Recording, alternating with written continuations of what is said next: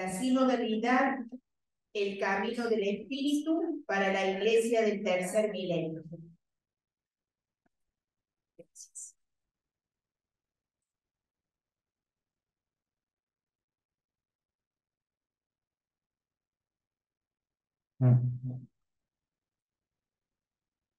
Pues de nuevo, muy buenas tardes a los presentes físicamente y también a quienes están presentes online. El tema que voy a tratar hoy y mañana es el tema de la sinodalidad, que vamos a ver conectado con el tema del espíritu y de la neumatología. Se trataría de un acceso a la sinodalidad desde la perspectiva de la neumatología. Y por esto he titulado estas dos reflexiones de hoy y de mañana, Sinodalidad, aquí estoy, envíame. Porque deseamos también unir estrechamente la sinodalidad al envío o a la misión.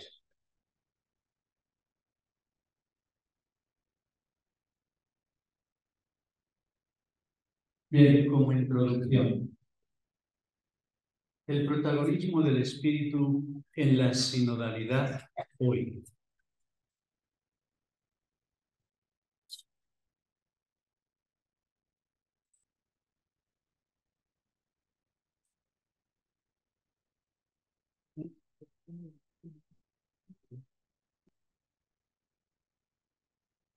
Bien, a mi modo de ver es necesario no solamente hablar de la sinodalidad, sino de la presencia y del Espíritu en este momento eclesial en el cual deseamos que el Espíritu siga siendo el protagonista. El protagonismo del Espíritu en la sinodalidad hoy. Si algo hemos podido en estos días reflexionar es que el Espíritu está en misión. La Missio Spiritus inicia de una manera especial tras la muerte de Jesús, cuando Jesús es elevado al cielo y él y el Abba nos envían al Espíritu, y el Espíritu desde entonces hasta el final de los tiempos está en misión. Estamos en la era del Espíritu. Y queremos también preguntarnos, y en este momento histórico, ¿cuál es la función del Espíritu respecto a la sinodalidad? No solo cómo nosotros podemos vivir en sinodalidad, sino cómo el Espíritu actúa de forma secreta, misteriosa, en la sinodalidad. Por esto decimos aquí, hemos contemplado la presencia y acción del Espíritu en el progreso de la revelación del Antiguo y del Nuevo Testamento. Lo hemos también tratado de considerar en la historia de la Iglesia pasada y actual. La pregunta ahora es, ¿cuál será la presencia y acción del Espíritu Santo en el camino sinodal? Un sínodo configurado por la presencia del Espíritu. Bien, pues a esto quisiéramos responder.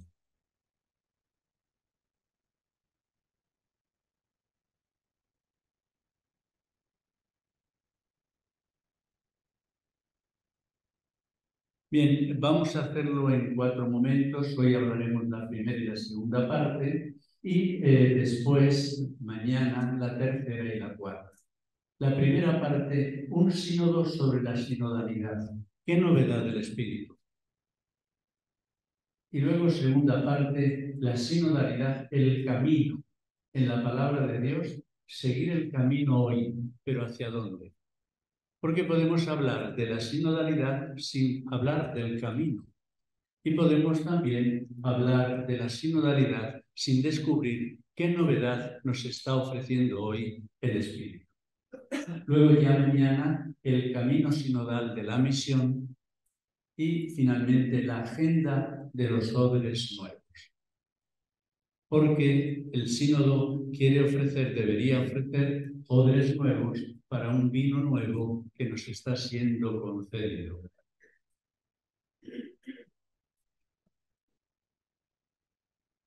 Bien, un sínodo sobre la sinodalidad. ¿Qué novedad del Espíritu? Bien, aquí tenemos una especie de cuadro que va a marcar la reflexión de esta tarde. Un sínodo sobre la sinodalidad. ¿Qué novedad? Las 4 imágenes. La pirámide, el poliedro, la canoa y el ubuntu. Y luego los 4 principios. El todo es superior a las partes, la unidad es superior al conflicto, la realidad es superior a la idea, el tiempo es superior al espacio. Todo esto ya nos suena, especialmente la segunda parte, los 4 principios, pero a mi modo de ver también es interesante visualizar en una imagen, imaginar cómo puede ser un sínodo en este momento del espíritu. Ya el Papa Francisco, cuando convoca este sínodo, nos ofrece una clave que, a mi modo de ver, no tiene desperdicio. El camino de la sinodalidad es el camino que Dios espera de la Iglesia en el tercer milenio. Dios quiere poner a la Iglesia en camino. Por tanto, la sinodalidad no es solo hablar de lo que tenemos que decir, sino en qué camino vamos a seguir. Se repite 2 veces la palabra camino y es el camino que Dios espera de la Iglesia del tercer milenio. No de la Iglesia del anterior milenio ni de la Iglesia de los inicios, sino hoy. Y cuando se habla de que Dios espera un camino para la Iglesia hoy, ¿de quién vamos a hablar? Sobre todo del Espíritu. El camino que el Espíritu le ofrece a la Iglesia en nuestro propio tiempo.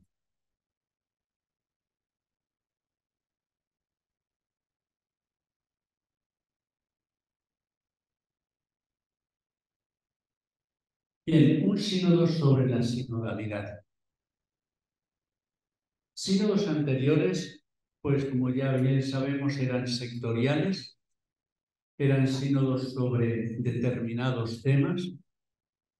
Podía ser el laicado, matrimonio, podía ser la vida consagrada, el ministerio episcopal. Hemos tenido ya pues toda una serie de sínodos que no podemos en manera alguna olvidar. Han sido sínodos sectoriales de diversos sectores, pero también hemos tenido sínodos geográficos que suponen un cambio notabilísimo en la concepción eclesiológica. Porque hemos hablado de iglesia en África, iglesia en Asia, iglesia en Europa, iglesia hasta en Oceanía y ahora también la iglesia en Amazonía.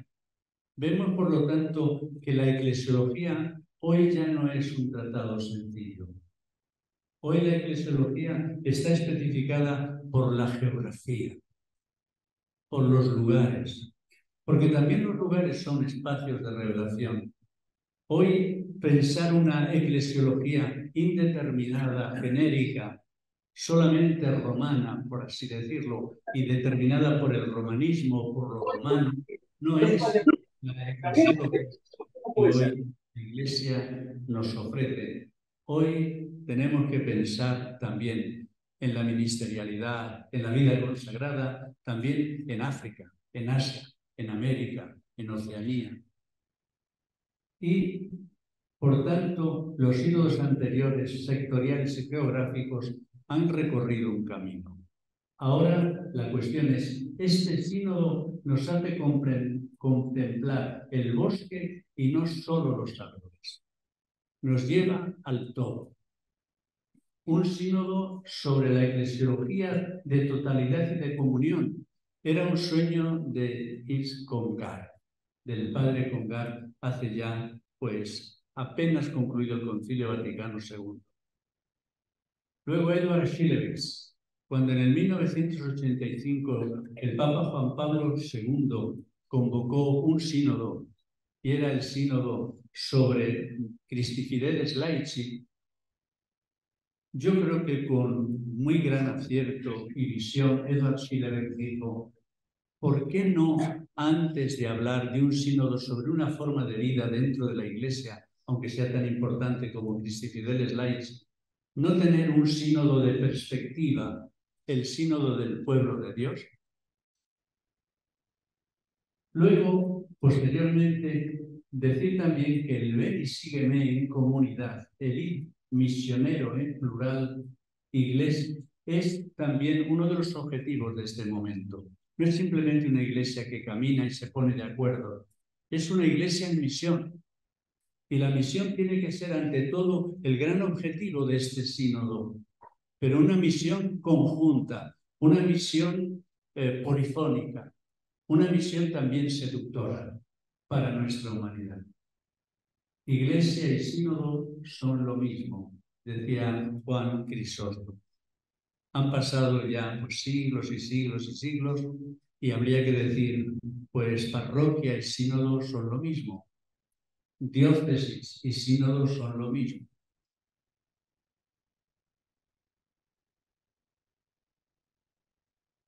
Bien, y entonces, para hablar del sínodo, vamos a acercarnos a él a través de imágenes y a través de 4 principios a los que ya hemos hecho referencia.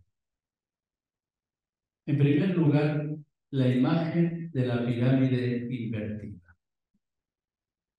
Serena pues, nos ha hablado ya en diversos momentos de diversas pirámides y de formas de acceso a una realidad, pero en clave piramidal. Pero el Papa Juan Pablo II, perdón, el Papa Francisco, cuando celebró los 50 años del Sínodo, se atrevió a hablar de la pirámide invertida. Y ahí trató de recuperar aquello que era una definición ya del sumo pontífice, servus servorum Dei, el siervo de los siervos de Dios. Por tanto, colocar el papado aquí, después aquí lo que llamábamos antes el top de la pirámide, y luego ir poco a poco hacia los que estaban en la base de la pirámide, donde la cumbre está debajo. Ayer también pues, hablábamos del ministerio y del ministerio como servicio, el ministerio que toca el humus, el ministerio de la humildad, donde la cumbre está debajo, donde lo que está debajo está al servicio de toda la pirámide. No he venido a ser servido, sino a servir y dar mi vida en rescate por todos. Yo creo que esta inversión no es la que actualmente tenemos en la humanidad. Hay demasiadas pirámides. Estamos en una humanidad piramidal por doquier.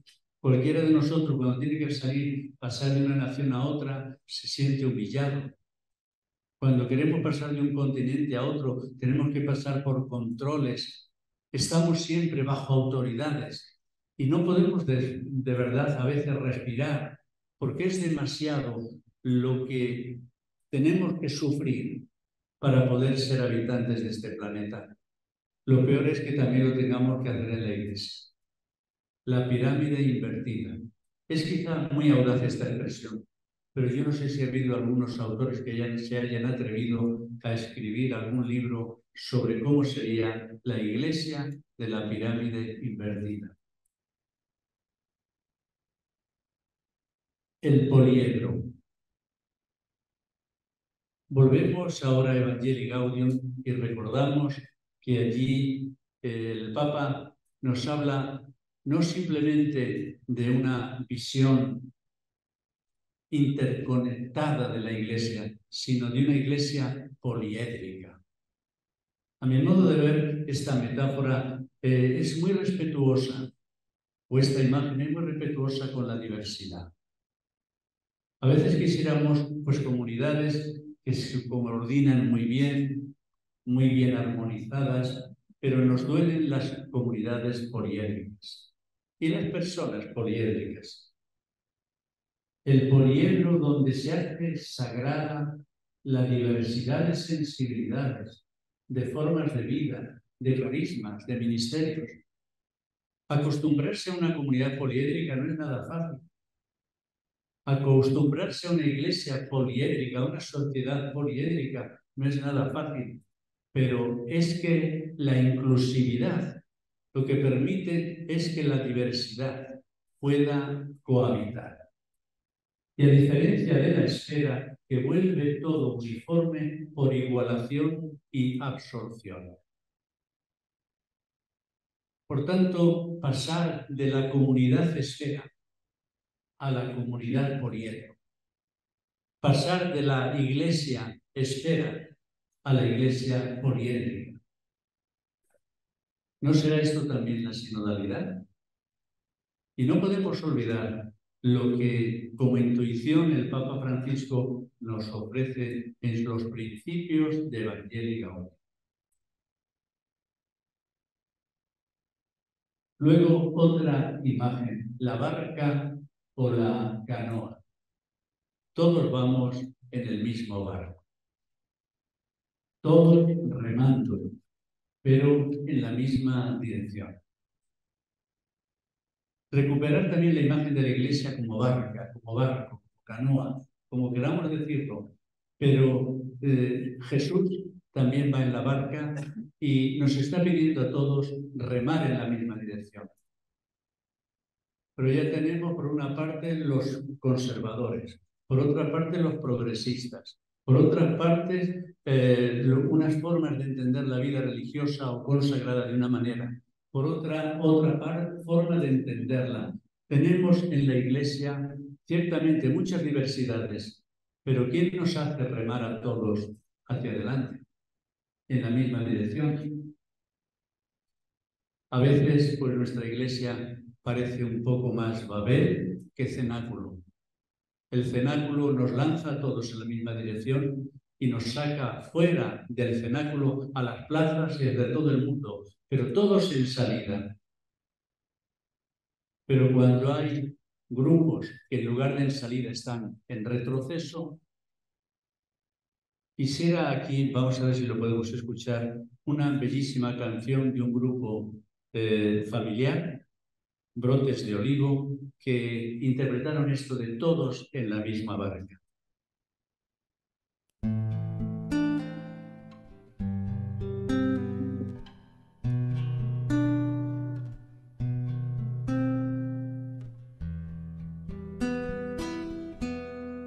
Todos vamos en el mismo barco, todos somos del mismo barro, todos vamos en el mismo barco, todos somos del mismo barro. Lo gozoso y lo triste del mundo llega a todos más tarde o temprano. Haz que todos nos sintamos uno, que sintamos que somos hermanos. Todos vamos en el mismo barco, todos somos del mismo barro, todos vamos en el mismo barco, todos somos del mismo barro, todos vamos en el mismo barco, todos somos del mismo barro, todos vamos en el mismo barco, todos somos del mismo barro.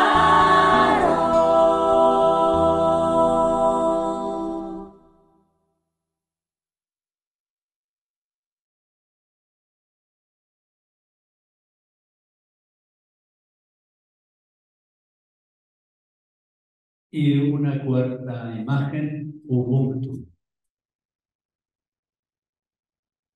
Yo creo que la Iglesia tiene ya también que utilizar otras categorías, no únicamente las categorías griegas, palabras griegas antiguas. La Iglesia es católica, es catajolon, y por lo tanto también tiene que recuperar otras filosofías, otros lenguajes. Y uno de los lenguajes que a mí me llaman más la atención y que nos hablan de auténtica sinodalidad es la palabra Ubuntu. Cuentan que una vez un misionero allá en uno de los países de África, pues reunió a un grupo de chicos, de niños y de niñas y les hizo una competición. Les dijo, el misionero era occidental, era europeo, y les pidió: al primero que llegue a aquel árbol, le vamos a dar un premio. Vamos a hacer una carrera. Y todos se pusieron, pues, en el punto de partida, les dio la orden y todos comenzaron a correr. Unos iban delante, otros detrás. Pero en la medida en que se iban acercando ya a la meta, comenzaron unos a retrasarse y todos a congregarse. Y cuando llegaron al árbol, llegaron todos juntos y abrazados. Este misionero decía: entonces comprendí yo lo que significaba Ubuntu. Y aquel misionero se preguntaba: ¿y a quién doy ahora el premio? Porque tenía que premiar a todos. Nosotros estamos muy acostumbrados a las competiciones. Ganar, ganar y ganar al otro. Ubuntu quiere decir ganar todos.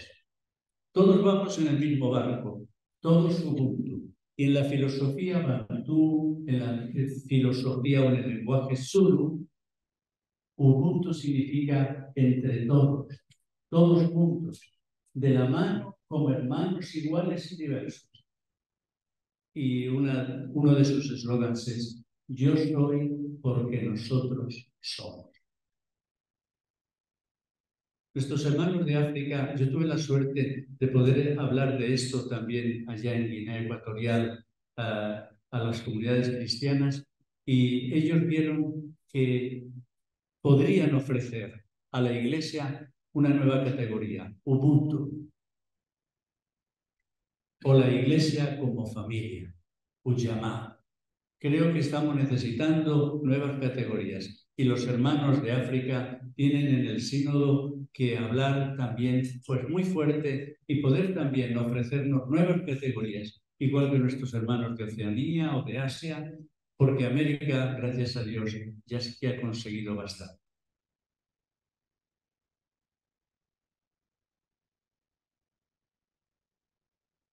Y luego los 4 principios. El todo es superior a las partes. La Iglesia, el pueblo de Dios, más que sus formas de vida y de ministerio. La Iglesia, el pueblo de Dios, más que sus formas de vida y ministerio. Cuando uno le preguntan, le dicen: ¿y tú quién eres? Redentorista. A otro: ¿y tú quién eres? Pues soy el Opus Dei. ¿Tú quién eres? Y si uno respondiera: soy del pueblo de Dios. Pero es que estamos tan divididos que inmediatamente queremos especificarnos demasiado. No nos sentimos pueblo de Dios, por mucho que digamos que somos el pueblo de Dios. Y nada más concluir el concilio, hubo pues unos cantos que nos llenaban el alma. Pueblo de reyes, asamblea santa, pueblo sacerdotal. Y cuando el presbítero aparecía por allá, pues nadie decía: levántense que va a salir el presbítero. No, el presbítero llegaba al altar y decía: el Señor esté con ustedes, está con ustedes. Y no decía: el Señor está conmigo, por favor. No, con ustedes. Entonces, este cambio de paradigma es el que nos hace ver que el todo, el pueblo de Dios, es superior a las partes. La Iglesia, el pueblo de Dios, más que sus formas de vida y de ministerio. Todos la misma dignidad. Por tanto, ¿a qué viene llamar a uno eminentísimo y al otro santo no sé cuántos? ¿No es lo más importante ser simplemente o nada más que bautizado? Todos la misma dignidad, llamados a la santidad. Esto no es nuestro, esto lo dice el Concilio Vaticano II, el Lumen Gentium. Todos comunión, participación y misión. Hubo un presidente allá en el gobierno español socialista que dijo: vamos a acabar con los títulos de los ministros. Esto parece que son pues simples retoques lingüísticos, pero hay en el simbolismo lingüístico hay también a veces demasiadas diferencias. Todos, comunión, participación y misión. Pero en la imagen del cuerpo es también muy interesante ver que un cuerpo no es solo un conjunto de miembros, sino un conjunto de sistemas. Un conjunto de sistemas. Ya también Serena el primer día nos hizo referencia a esta palabra sistema, ¿no? Sínodo, sistema. ¿Y cuántos sistemas? Pues yo no soy médico, pero quienes saben de medicina dicen, pues está el sistema respiratorio, el sistema neurológico, el sistema cardíaco, el sistema sanguíneo, el sistema... Y vamos viendo que el cuerpo es una maravilla de conjunción de sistemas muy diferentes. Es un verdadero milagro sistémico, porque es un sistema de sistemas. Y la Iglesia también es sistémica.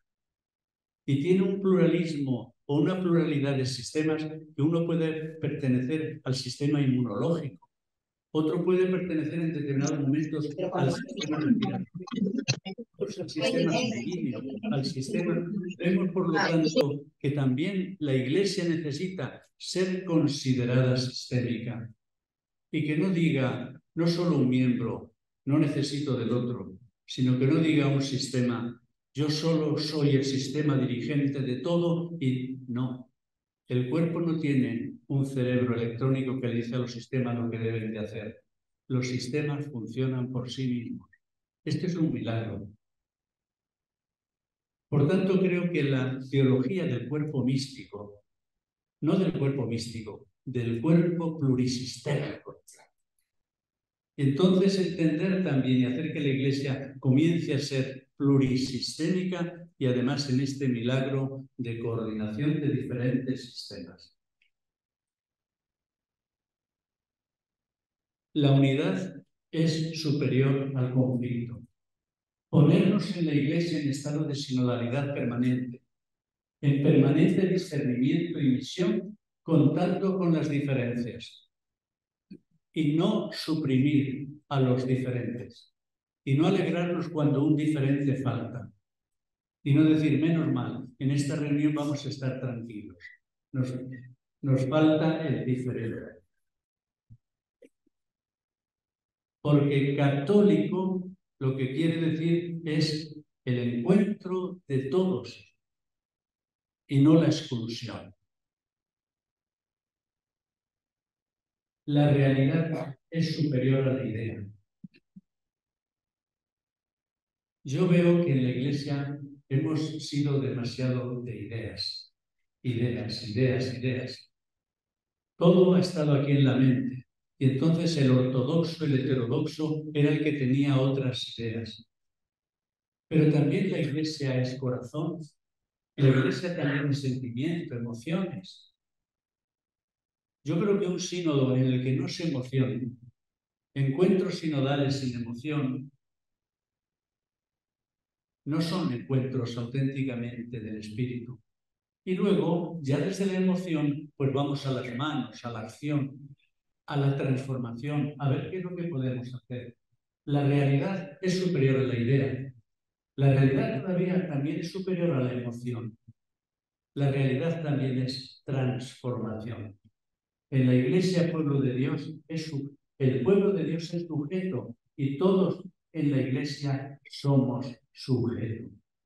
La sinodalidad es la mejor vía para acabar con el cáncer del individualismo, clericalismo, episcopalismo y así ser transparencia eclesial ante el mundo como sacramento de reconciliación y unidad de todo el género humano.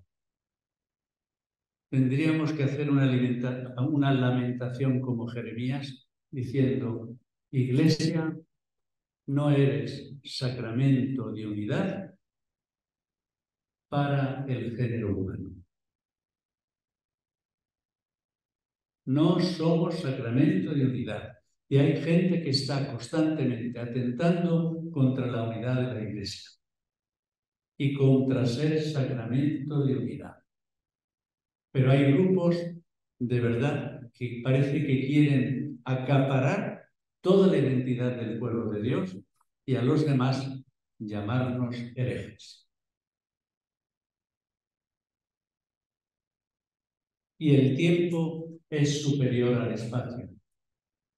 De ahí que estemos también hablando ya tantas veces de procesos en lugar de espacios. El espacio está ligado a la fragmentación, al límite, mientras que el tiempo dice relación a una fuente infinita. Qué bello es esto. Hacer historia. Caminar, pero el camino parece que es espacio, pero sería el camino es espacio cuando es solo calle, cuando es solo autopista que va a un lugar, pero si el camino no tiene fin, entonces ahí lo importante es ahora entender el camino como camino en el tiempo, como camino histórico. En segundo lugar, la sinodalidad, el camino en la palabra de Dios. Seguir el camino hoy hacia dónde. La palabra camino es la que está en el núcleo, en el corazón de la palabra sinodalidad. Y me parece que no podemos hablar de la sinodalidad dando por supuesto el camino. Porque si tenemos que caminar juntos, la gran pregunta que uno se hace es, ¿pero por qué camino vamos a ir? ¿Cómo entendemos el camino? Y no sé si me equivoco, pero creo que no solemos hablar demasiado del camino hablando de la sinodalidad. Porque si estamos en un determinado lugar, uno se pregunta, ¿y qué camino seguir? ¿Por dónde ir? Y bien, aquí pues vamos a hablar de el camino en la palabra de Dios. Un breve acceso a cómo la palabra de Dios entiende el camino. Camino, caminar, los dos caminos, el camino de Jesús hacia Jerusalén, la meta del camino Jerusalén, yo soy el camino, la clave. Y luego el camino, seguir a Jesús en nuestro tiempo. Y es aquí donde el Espíritu Santo nos dice, pero esto que veis aquí, eso hay que interpretarlo acá, en nuestro tiempo. El Espíritu es el hermeneuta de lo que la palabra de Dios nos dice sobre el camino. Y entonces aquí vemos la clave mística para entender el camino, la clave política, caminando juntos, pero ¿hacia dónde? El camino cruciforme y apocalíptico.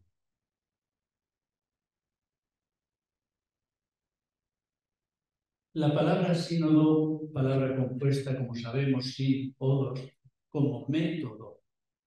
También el método del sínodo es muy importante porque es el método del caminar. Métodos, sí, todos. Sínodo, camino conjunto. Método, según el camino. Hay caminos que recorremos nosotros solos. Hay caminos que recorremos con otros. Y ese camino se llama éxodo, en salida o peregrinación. Es decir, el sínodo es ponernos en salida, pero no es un camino sin meta. ¿No habría que ponerle alguna meta? Peregrinación. ¿Qué diferencia hay entre el camino genérico sin más y la peregrinación? A mi modo de ver, la verdadera expresión de este sínodo sería sínodo en peregrinación. ¿Por qué? Porque la peregrinación supone un punto de partida, pero sobre todo también un punto de llegada. Y ese punto de llegada es un punto importante. Es un punto en el que algo se espera. Si alguien va a Tierra Santa, ¿por qué llega a Tierra Santa? San Ignacio de Loyola dice que fue a Tierra Santa porque deseaba peregrinar hasta el lugar del Señor y respirar allá el aire de Jesús.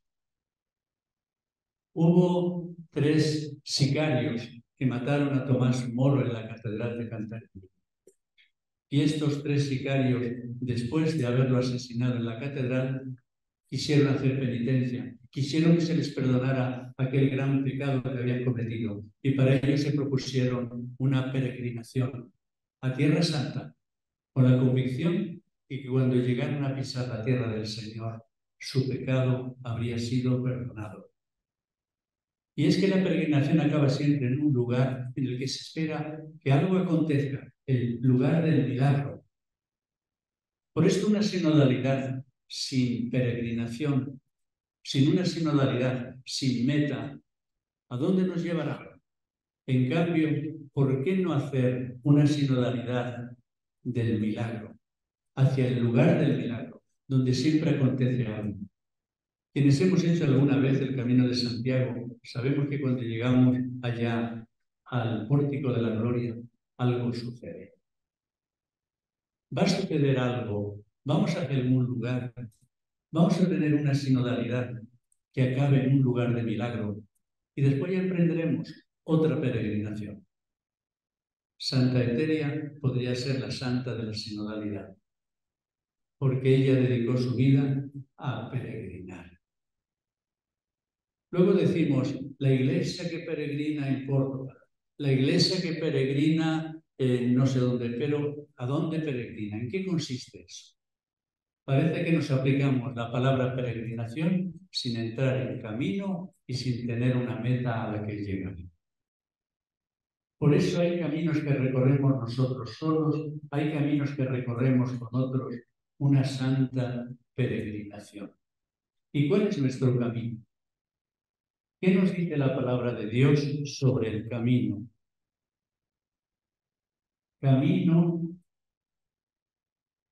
Caminar casi 600 veces en la Biblia. Otros, preparar el camino y hacer rectas las sendas. Juan Bautista, señalando el camino y hacer rectas las sendas. Y cuando alguien le entorpece el camino a Jesús, Jesús le dice, apártate de mí, Satanás. Jesús tuvo también alguien que le facilitó el camino, Juan Bautista, que abrió el camino para el Señor, y la mujer anónima del final del Evangelio, que le ungió para la última etapa del camino.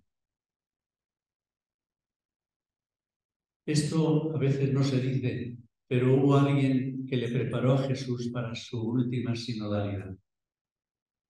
Le ungió y creo que habría que decir, aunque parezca un poco poético y fantasioso, que en la cruz Jesús olía, llevaba el perfume de la mujer.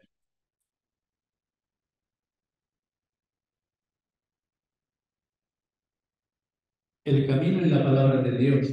Jesús se refirió a dos caminos. Y por tanto también esto lo deberíamos tener en cuenta, porque la sinodalidad supondrá qué camino escoger.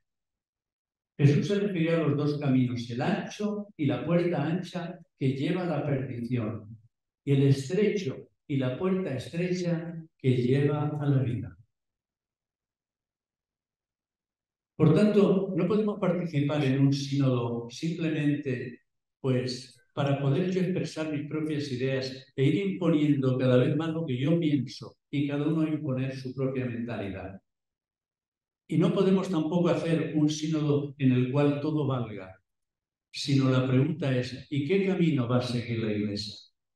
¿Y cuál es el camino que lleva a la Iglesia a su perdición o el camino que la lleva a la salvación, a la vida? El camino de Jesús hacia Jerusalén fue un camino estrecho. Vino uno corriendo, se arrodilló ante él, pero no quiso seguirle en el camino.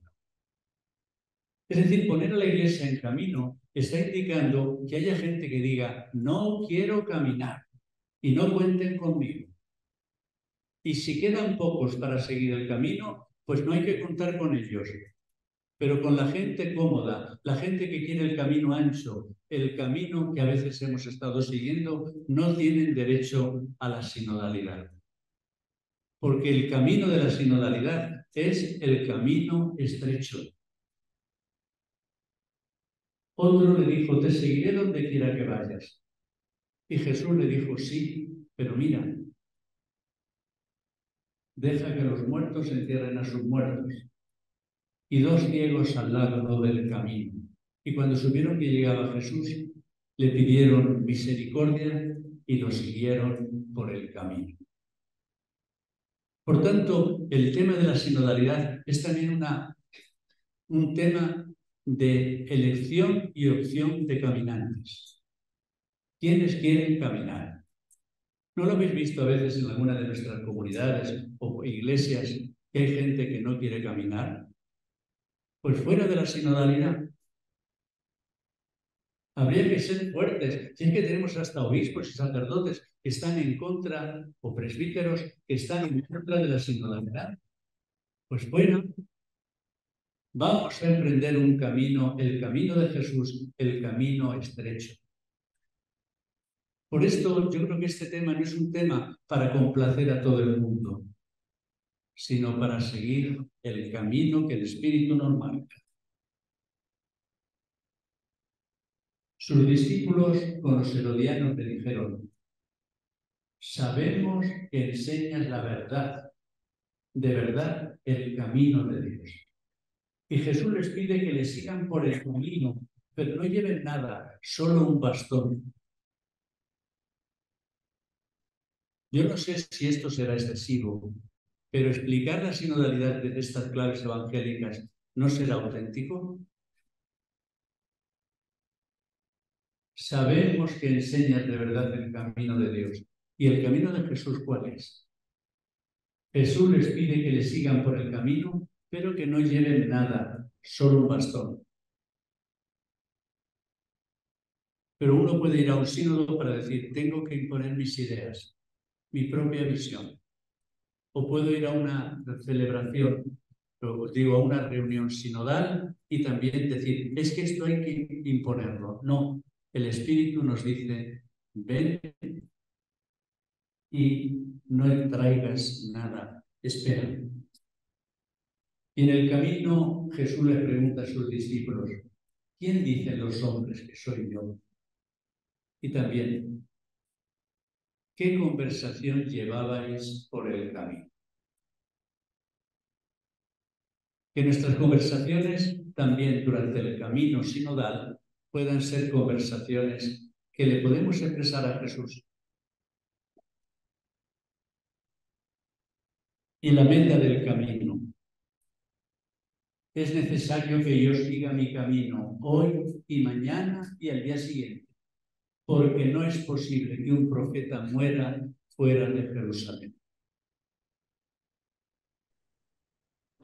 Debo deciros que cuando he ido reflexionando sobre la sinodalidad en esta clave, me sentía muy entusiasmado interiormente. Pero también me preguntaba: ¿y esto seremos capaces de hacerlo? ¿Y quién puede hacer esto? Pues el Espíritu. Por eso el Espíritu Santo tiene que ser el gran protagonista de este sínodo, en toda la Iglesia, no solo en los representantes nuestros. Y el camino en la palabra de Dios, al llegar a Jerusalén, una gran multitud extendió sus propios mantos por el camino o echaban ramas por el camino. Creo que una iglesia en sinodalidad, cuando llegue a la meta de su peregrinación, se encontrará con una gran multitud. Será una iglesia que de verdad alabará a Dios y extenderá sus propios mantos. Y a los discípulos de Maús: ¿de qué hablabais por el camino? Cuando están no en una iglesia en salida, sino en iglesia en retirada. Y después, cuando llegan a Emaús, peregrinación, lugar del milagro, vuelven de nuevo a Jerusalén, vuelven al verdadero camino. Jesús, fatigado del camino, dijo: yo soy el camino. Los cristianos, hombres y mujeres, los seguidores del camino. Y aquí está la clave de la sinodalidad. Sinodalidad es seguir el camino de Jesús. Seguir a Jesús, que es el camino. Tomar el camino del Evangelio y compartirlo con otras personas que intentan seguirlo. Y es ir poco a poco reuniendo a los hijos de Dios dispersos. La comunidad cristiana constituida por una gran humano diversidad.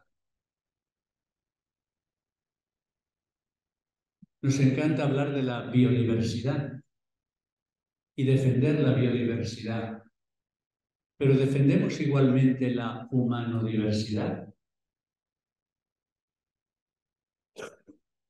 Yo creo que la Iglesia tiene también que plantearse ahora en este camino hacia el sueño de Dios, pues en este camino se tiene que plantear el tema de una Iglesia de humanodiversidad. Si hubo un tiempo en que cuando se trataba de decir cuántas especies animales hay en el planeta, pues se decía un determinado número, pero los científicos cada vez descubren más diversidades, más diversidades, más diversidades. Y quienes estudiamos la física, las ciencias naturales hace muchos años, ahora vemos que no sabíamos nada comparado con lo que ahora se dice. Pues lo mismo pasa con lo humano. A veces se dice hombre y mujer y ya está todo arreglado. Y se ve que hay mucha humanodiversidad. Y esa humanodiversidad hay que defenderla como la biodiversidad. Estamos matando la biodiversidad en el planeta, pero también hemos matado la humanodiversidad en la humanidad y en la Iglesia. ¿Y entonces qué sería ahora una Iglesia humanodiversa? ¿Y cuántas diversidades? ¿Y cuánta capacidad de acoger la diversidad entre nosotros y hacer que podamos convivir los humanodiversos? Por esto el tema de la comunidad es tan difícil, porque nos falta la capacidad de integración de la humanodiversidad. Hay diversas formas de vida. En la Iglesia, pues hay también, como muy bien nos han dicho, una diversidad de servicios, de ministerios, de carismas, todos en la comunidad como el que sirve, y el fundamento de todo, el primer orden, el bautismo. Y el bautismo es el primer orden. Por tanto, todos nosotros somos ministros ordenados. Entonces alguien dice, bueno, es que yo no soy ministro ordenado. Todos somos ministros ordenados. El gran teólogo ortodoxo Sisiulas hablaba del bautismo como el primer orden de los cristianos. Y por lo tanto reconocer a los niños, a los pequeños, los bautizados, los jóvenes, a todos como ordenados. Y después este orden irá tomando diversas especificaciones. Pero claro, el tema del camino también hay que interpretarlo hoy. Y tenemos también pues pensadores, teólogos, pues que nos han ayudado a comprender cómo el Espíritu hoy interpreta esto del camino. El camino, seguir a Jesús en nuestro tiempo. Johann Baptist Metz, como los primeros discípulos, los discípulos de Jesús en el siglo XXI, hemos de preguntarnos, ¿y cómo seguir a Jesús en este tiempo? ¿Cuál es el camino? La clave mística, la clave política, sinodalidad. La clave comunitaria. Y por esto él nos habla del seguimiento político, del seguimiento místico, del camino comunitario, del camino, yo creo que le faltaba ecológico, porque también la ecología nos pone en camino, en una nueva perspectiva. Bertolt Brecht le preguntaron en una ocasión, ¿cuál es tu lectura preferida? Y respondió, la Biblia. Nos habla de sueños, decía él, de Gólgotas. Es antifaraónica, antidolátrica, camina hacia la tierra prometida, la nueva Jerusalén. El arte no es un espejo, sino un martillo para modelar la sociedad. En la Biblia es muy importante y decisivo el hacia dónde. ¿Con qué finalidad? No solo emprender un camino juntos. Para hablar de ello, la Biblia utiliza palabras explosivas. Invita a pensar y pensando a traspasar fronteras. ¿Seremos capaces de traspasar fronteras? ¿Estaremos disponibles para esto? Yo creo que la Iglesia nos está presentando una posibilidad única. Y a quienes aquí sois más jóvenes y tenéis todavía una larga vida por delante, por favor, no os echéis para atrás, no dejéis el camino, no dejéis el camino. Caminad con otros aunque os cueste, porque esto merece la pena. Y llegaréis, porque además seréis muy longevos, a ver cosas que nadie se imaginaría. Pero tenéis en vosotros y en vosotras las claves para hacer ver que merece la pena vivir, para seguir un camino y llegar a una meta. Hay una tierra prometida que se nos está ya vislumbrando en el horizonte. Y ya finalmente, caminando juntos, pero ¿hacia dónde? Jesús llevó la utopía bíblica a su máxima expresión, impulsado por el Espíritu, desde los 40 días en el desierto hacia la aventura del Hijo del Hombre, la Nueva Jerusalén. Y cuando va a acabar el camino, alguien que está a su lado le pregunta: acuérdate de mí cuando estés en tu reino. Y hay una respuesta de Jesús impresionante: hoy estarás conmigo en el paraíso. No le dice en el cielo, sino en el paraíso. Yo creo que a veces hablamos demasiado del cielo, pero poco del paraíso. Y quizá nos haga falta recuperar el que hay alguien que ya nos espera en el paraíso, pero que para ir allí hay que caminar. La Nueva Jerusalén, pasando por la condena y la cruz. La sinodalidad es apocalíptica. Quienes siguen al Cordero inmolado y resucitado, los que no han caído en la idolatría ni han adorado a la bestia. Los nuevos profetas que nos dicen aquello que no quisiéramos oír. El Espíritu nos guiará hacia el cielo nuevo y la tierra nueva. Tenemos ya mártires de la sinodalidad. Tenemos que recurrir a ellos y también decirles: cuánto me gustaría seguir tu camino.